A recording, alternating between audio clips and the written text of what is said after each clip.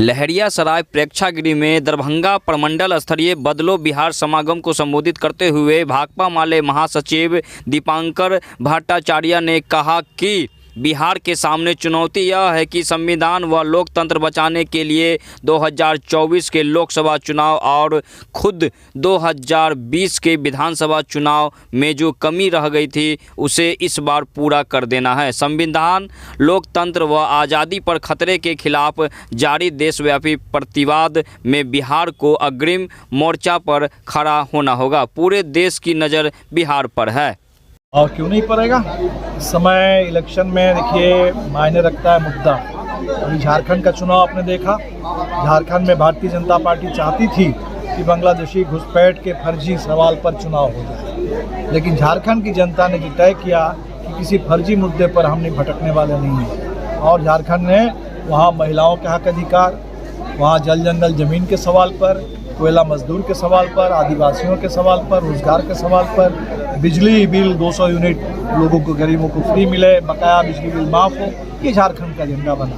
तो बिहार में भी हम लोग कोशिश करेंगे तो बिहार के गरीबों का सवाल, बिहार के बीपीएससी परीक्षार्थियों का सवाल, बिहार में शिक्षा परीक्षा में भ्रष्टाचार का सवाल, यहाँ मनरेगा का सवाल, यहाँ बुलडोजर राज के खिलाफ जनता के पुनर्वास का सवाल, ये जो सारे मुद्दे हैं, स्कीम वर्कर्स के सम्मान के सवाल, मजदूरी वेतन का सवाल, ये सवाल निश्चित तौर पर चुनाव के मुद्दे बन सकते हैं। इसलिए अभी माहौल बनाना है, बिहार के मुद्दों को सामने ले आना है, ताकतों को सामने ले आना है, ताकि बिहार में ये तय हो जाए कि यहाँ का चुनाव किसी जो बच्चे स्कूल की बात करते हैं और हमारे गिरिराज जी आकर के त्रिशूल बांटते हैं, वो स्कूल पर यहाँ बिहार का चुनाव होगा, त्रिशूल पर नहीं होगा। ये तय करना है और गांधी मैदान तय कर देना। अभी आपने कहा कि बांग्लादेशी जो बाहरी है उसको रोकने के लिए क्या किया जाए? पहली बात तो बांग्लादेशी कहाँ है, कितने हैं, नहीं है, आज तक भारत सरकार इसके सवाल पर भारतीय जनता पार्टी राजनीति करती रही है, लेकिन क्या बांग्लादेश सरकार को, किसी सरकार को कभी भी कोई सूची दी गई कि हिंदुस्तान में कितने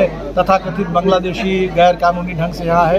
लेकिन आप देख लीजिए अमेरिका में, यहाँ बांग्लादेशी कह रहे हैं। अभी ट्रम्प अभी शपथ लिए हैं और ट्रम्प के राष्ट्रपति बनने के साथ साथ हमारे जयशंकर को बुला करके पहली मीटिंग हुई है अमेरिका में। अमेरिकी विदेश सचिव और भारत के विदेश मंत्री, 18,000 भारतीयों की सूची थमा दी गई और मोदी सरकार ने बिना किसी प्रोटेस्ट, बिना किसी जांच उस 18,000 की सूची को एक्सेप्ट कर लिया कि हाँ 18,000 भारत के लोगों को हम हिंदुस्तान में वापस बुला लेंगे। 18,000 तो शुरुआत है, लाखों लोगों की सूची तैयार हो रही है। हिंदुस्तान के लोगों को अमेरिका में घुसपैठी बताया जा रहा है और यहाँ बांग्लादेशी करके हमारे लोग वोट ले रहे हैं और नफरत फैला रहे हैं, और वहाँ भारत के लोग अपमानित हो रहे हैं और खदेड़े जा रहे हैं। हिंदुस्तान के लोगों को जो